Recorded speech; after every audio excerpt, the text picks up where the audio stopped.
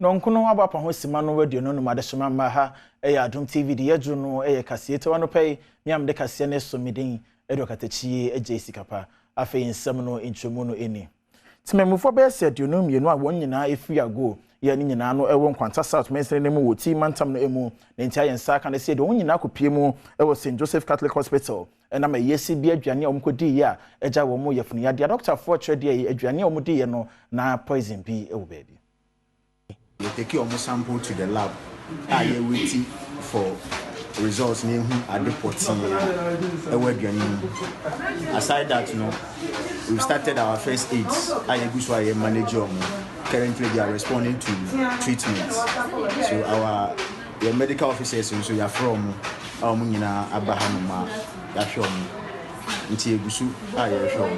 We've activated our public health team to do the investigation to find out the point source from which this outbreak is coming from. It may be from the food, it may be from the water used to prepare the food. We actually don't know. So the public health team goes to the area and find out where the likelihood.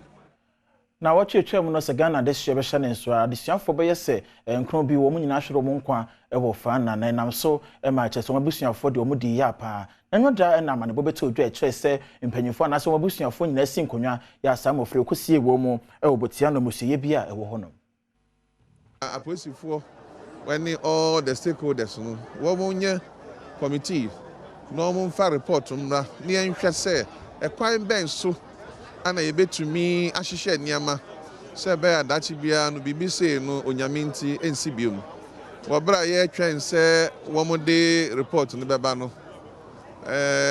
ti se de America no ya near the canoe outboard motor ka ho e de abro mo near the life jackets aka ho e de amomo ho de mom ye bo ebusuan no kokko se enkwada no a won di 18 no on bo modin se wo mo enka canoe no afeye ni entrance and foforo emu na memne dey twa mu no na NDC amanyuko no dey omo presidential and parliamentary primaries ehye so mens ne mantama hodo emu no panyi ba ko no edi nkonem ewa Asante Achim North mpeswa no so ene Edward Kofi Asamoah ne nsem bia wode atodwa ene se nima bia wo se wo ye bia beboa makonyuko no afimpino ene do no na omatumi edi nkonem no ene chitaifo no nyina hye ne so esanse sa ne ma no waye krado so be.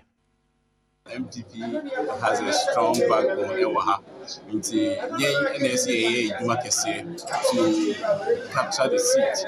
And like I told you earlier, the previous interview there, the catcher said Asante Achim North will be a first constituency, a base way.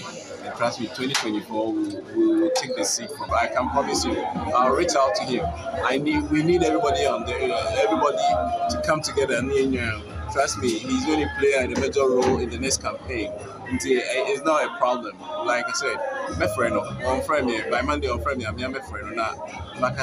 He should get himself involved. Me and you said your party. Egusueji na NDC amanyuko na bato ekọ so memene da no emu na opanyina ono so di nkonem ewo twefo atemokwa eso de adesere eto chema na kene nim se wo ntumi mboa na ne nyo ne prayer wende nkonem no entawantawa bi ede omontam no wo monsiesie. Honorable Samuel Atuamua, he's giving me a real run for my money, you know what I'm saying?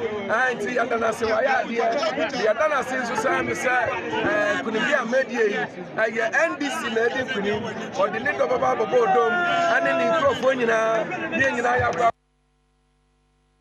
in semi so major nano pekasiano media simiding edokatachi eje sikapa.